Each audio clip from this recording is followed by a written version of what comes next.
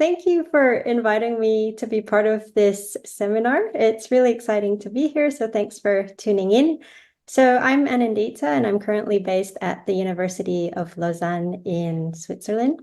But today I'll be presenting some ideas around structural inheritance during rift basin formation and the influence of that inheritance on rift-related faulting. And these are ideas that I played around with during my PhD back at Monash University in Melbourne, Australia, with Sandy Cruden and Steve Micklethwaite, who were my supervisors at the time.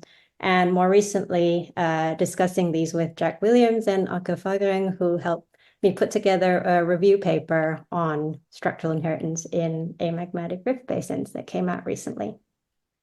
So I first started thinking about inheritance when I was mapping outcrop scale fractures in the Gippsland Basin. And the Gippsland Basin is located here in the eastern end of the Australian southern margin that was formed when Australia and Antarctica rifted apart starting in the Jurassic. And on this map, we can see red lines, which are the traces of major rift-related faults during this rifting event. And you can already see the variable fault orientations going from west to east. And this, in a way, indicates the complexity of the geometry of this margin. And we can already invoke the influence of structural inheritance, so the influence of pre-rift, lithospheric to crustal scale heterogeneities on these fault orientations. And the Gippsland Basin over at this end is thought to be part of a failed rift that formed above an anomalously strong crustal block underlying the Bass Strait here, between present-day Tasmania and Australia. So that's inheritance in various forms and at different scales in one geographical area. So this talk is focused on structural inheritance, which I consider to be the influence of older geological structures on younger structures. And in the context of this presentation, those younger structures that I'm talking about are rift-related faults that form during rifting and rift basin formation. Here, structural inheritance includes the localization of strain at crustal and lithospheric scale weak zones. And Holdsworth et al. Have classified this in various papers as reactivation or reworking, depending on the depth and therefore the rheology of the pre-existing structure. At the scale of continents and rift systems, structural inheritance has been studied quite extensively in the Atlantic margins, so in the North and South Atlantic here, where older lithospheric and crustal scale fabrics, such as the one shown by the dashed lines in these sketches, have controlled where plates broke apart during the opening of the Atlantic. And similarly, in the East African rift system, this is an excellent example, as Rashid showed earlier, of how lithospheric scale weaknesses are exploited during rift initiation. So, for example, here we see the western and eastern branches of the East African rift system, and they have split going around the Tanzanian craton following older pre-existing mobile belts. So we see from examples in the Atlantic margins and the East African rift that at the continent scale, inheritance is expressed as strain localization and in some areas, partitioning or segmentation of rifts along lithospheric or crustal scale weaknesses. So where the weaknesses are highly oblique to the propagating rift, this is where rifts can also be segmented. We also see similar mechanisms of inheritance at the basin and fault scale. And this scale is really interesting to study because the geometry of fault systems basically impact how fluids can move through permeable parts of the crust. And this is quite interesting for exploring and managing the natural resources.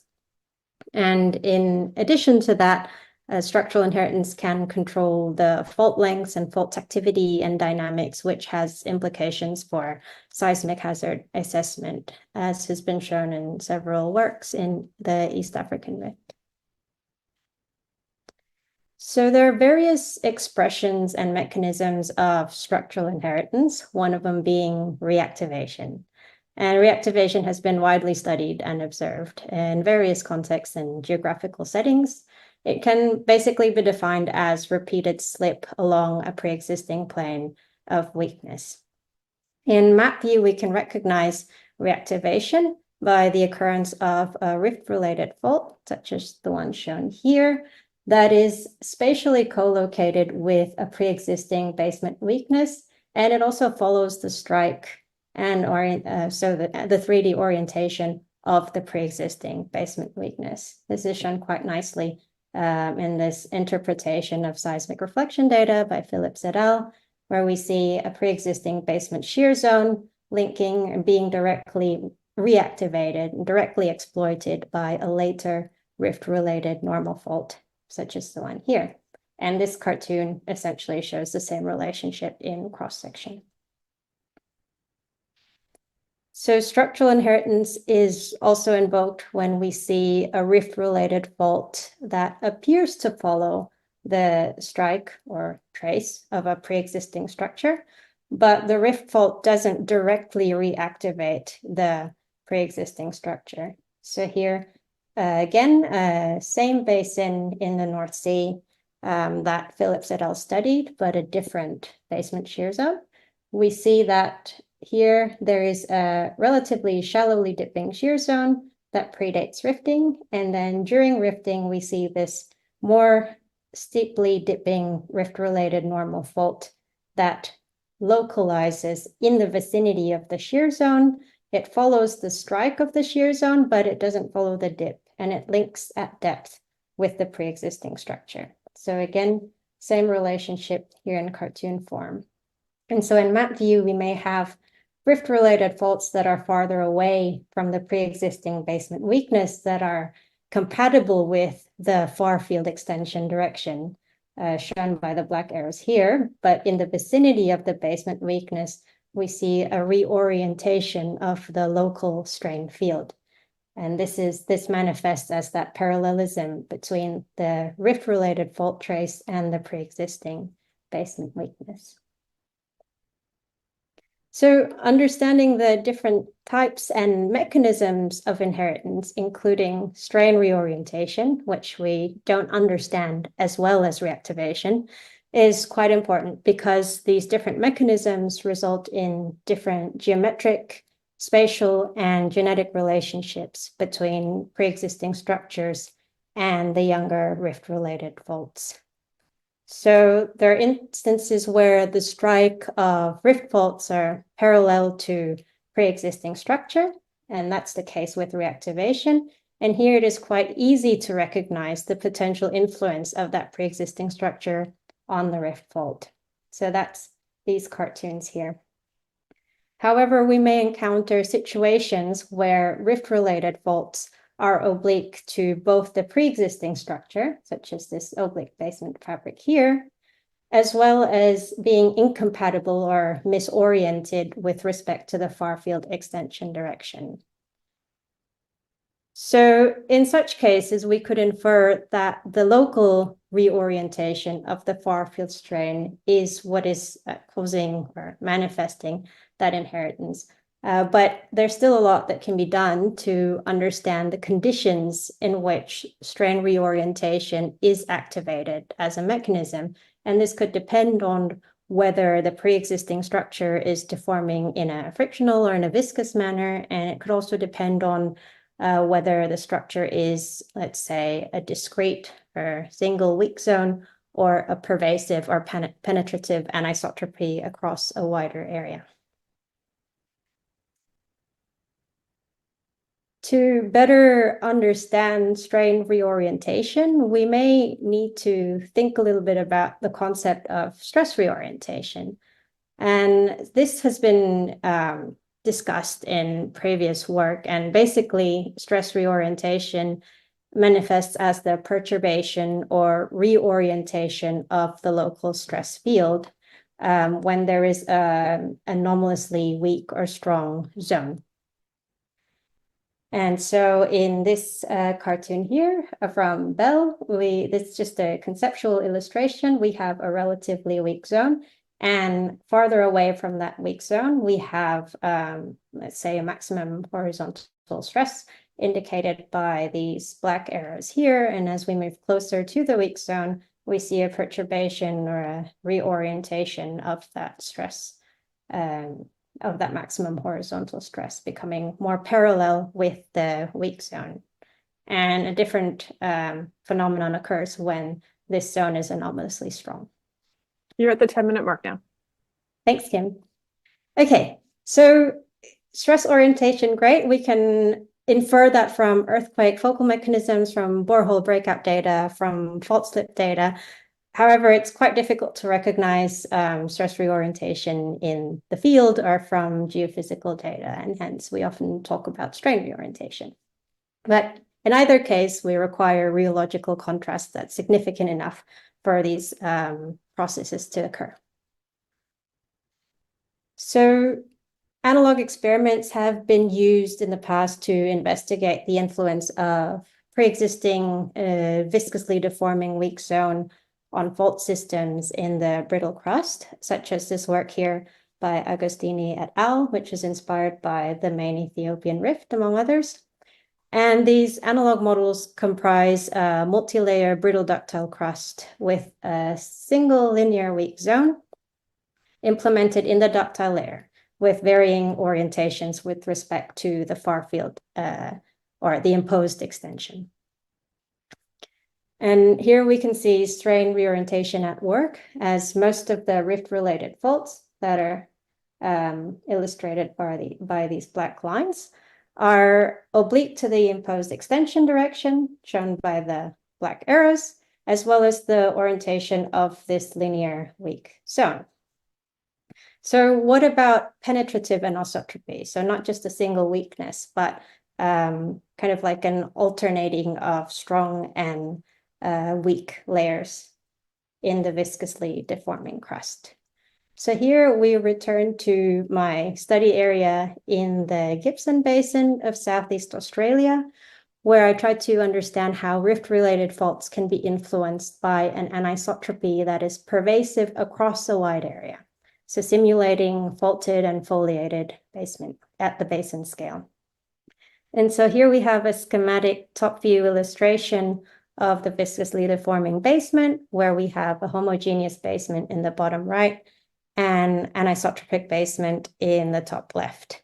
And here we have thinly alternating strong and weak zones that form the anisotropy. And the model was extended in the direction of this red arrow here. And we basically get this interesting fault pattern where we have these above the homogeneous basement domain, we have normal faults that are quite compatible. So Andersonian normal faults compatible with the bulk extension, so the imposed extension direction. But something interesting is going on above the anisotropic domain. And so basically here we have rift-related faults that are oriented more kind of in this case, if we think of the top being the north, we have east-northeast oriented faults and northwest striking faults. And basically, this is a result of the reorientation of the finite strain ellipse that we could monitor using particle imaging velocimetry during these experiments. And in contrast, we have, again, this strain ellipse here being kind of top-down or north-south above the homogeneous basement domain, so no influence of inheritance there. I thought these gave some interesting results on better understanding strain reorientation and rheological controls, but similar experiments could, I think, still be done testing different anisotropy widths and orientations. So I hope this short presentation gives you a bit of an overview of the various expressions and mechanisms of structural inheritance. Coming back to the title, is structural inheritance the norm rather than the exception during rift basin formation? I think that this could well be true because rifts and rift-related faults normally form in predeformed crust. And this predeformed crust contains rheological contrasts. Where the rheological contrasts are significant enough, this structural inheritance is likely to occur.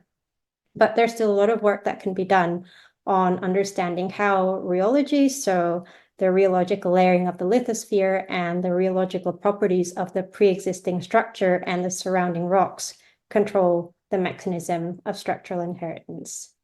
And understanding this mechanism is important because the mechanism controls the relationships, the geometrical relationship, spatial relationship, and genetic relationship between pre-existing structures and rift-related faults. So in summary, structural inheritance is a useful and general term that broadly covers all influences of pre-existing structures on younger structures. And if you'd like to read more on this topic, check out our paper. Thank you. Thank you very much, Anindita. That was wonderful. If anybody has any questions, I believe, Fola, you have a question? I do. Thanks for your presentation, Anindita. Really nice work.